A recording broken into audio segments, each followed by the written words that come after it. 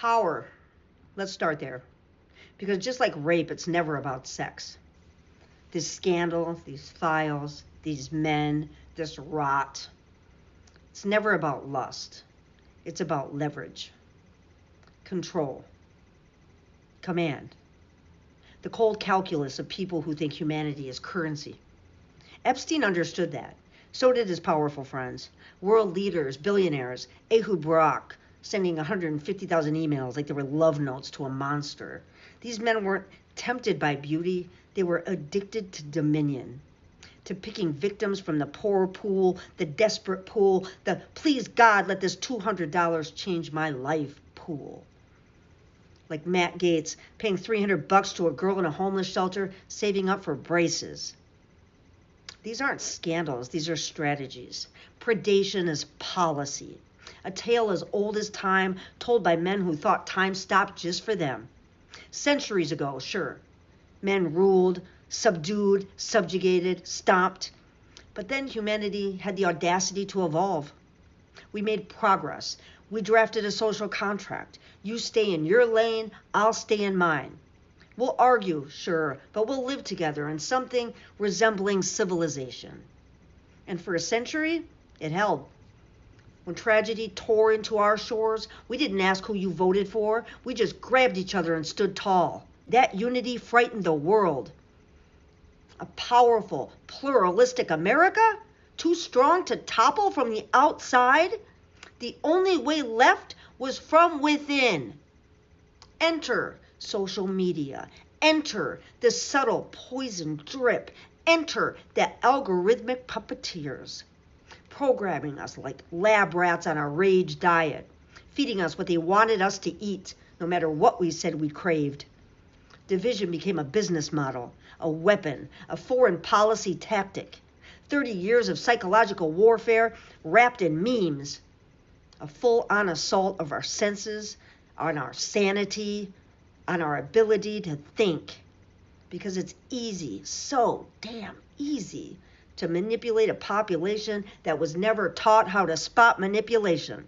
You don't need tanks when you have TikToks. You don't need bombs when you have bots. You don't need invaders when you can convince half the country that the other half is the real enemy. And online, I feel it. The heat, the hate, the hollow threats hurled at me by MAGA daily.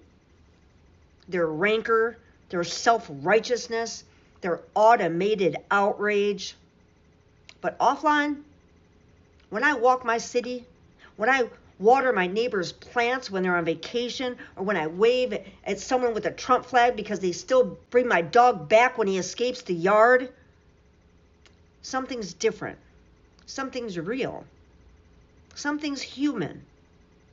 There's a chasm, a canyon, between the division we experience on our screens and the reality that we live in our streets. Because we all want the same damn things. Safe communities, clean parks, kids who aren't preyed upon, cities without tents and needles. We all hate predators. We all want justice. We all want stability. We are not opposites. We are neighbors. But progress taught us something the regressives refused to learn. To solve problems, you treat the root, not just the rot. Addiction needs care, not cages. Poverty needs opportunity, not observation. And homelessness needs housing, not hatred. Yet suddenly this new administration rejects all expertise, as if stupidity is strength, as if ignorance is armor, as if facts are optional. Tell me, if a meteor hit Earth tomorrow, who do you want rebuilding civilization? A committee of racist Facebook uncles? Or experts, engineers, doctors, scientists, people who fight problems, not people? A population that rejects expertise is a population begging for collapse. That's an empire cheering for its own fall. And here's what hurts. MAGA, most of you aren't wealthy. You're not in the gated class. You're not getting gold bars or tariff deals or private islands. You're my neighbors, my relatives, people whose kids I've helped, people I've shared sidewalks and sunsets with. But Fox News has fed you your fear on a loop for 15 years. Brown people, trans people, city people, scary people. Always someone to blame, never something to fix. So where do we go from here? What's the path? Is there one? Maybe it starts small, not with insults in my comments, not with libtard jokes or where's your septum ring snark, but with a question or a conversation, with remembering that we share streets, states, and stories. Maybe you'll need a pet sitter.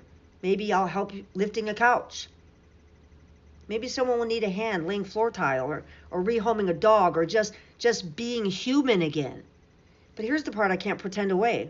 The far right has wandered so far into the wilderness of cruelty that they cheer executions of liberals, that they fantasize about violence against cities, scapegoat every group that isn't them. This brutality, this absence of humanity, this absence of empathy, this sociopathic celebration of suffering. We can't forgive that. So where do we go from here? I don't know. I really don't. But I know this. Our division was manufactured, engineered. It was imported and amplified. But once the poison was poured, we chose our own paths. And now we see each other. But only one side seems to see clearly. The other stumbles through a fog of delusion, propaganda, and algorithmic amnesia. And unless we break that spell, unless we reclaim our minds, this nation will keep collapsing from the inside out. Because power corrupts, predators lurk, and people who can't think for themselves are the easiest prey of all.